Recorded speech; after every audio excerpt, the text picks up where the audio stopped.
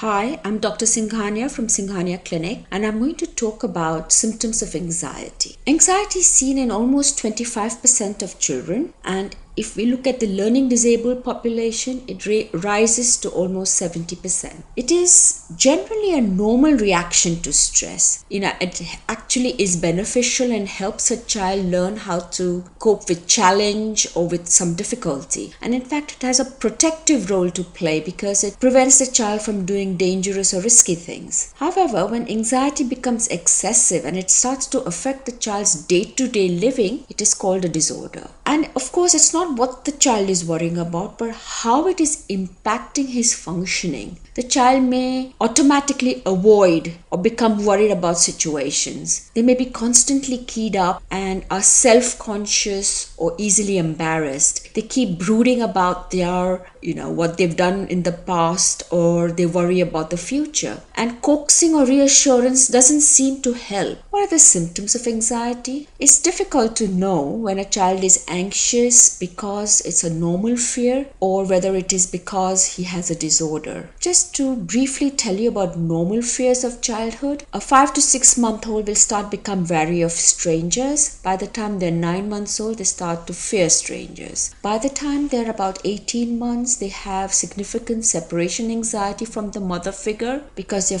afraid of abandonment. But then this disappears by the time the child becomes 3. And later on, children will worry about dark or monsters or making friends or being accepted in a group. And social anxiety to some extent is seen quite commonly in teenagers. But if a child has these constant fears, then it is more likely to be an anxiety disorder. So the child may be nervous, may have a feeling of dread or butterflies in his tummy. The child may refuse to do activities which other children enjoy. They may refuse to meet new people, they are shy.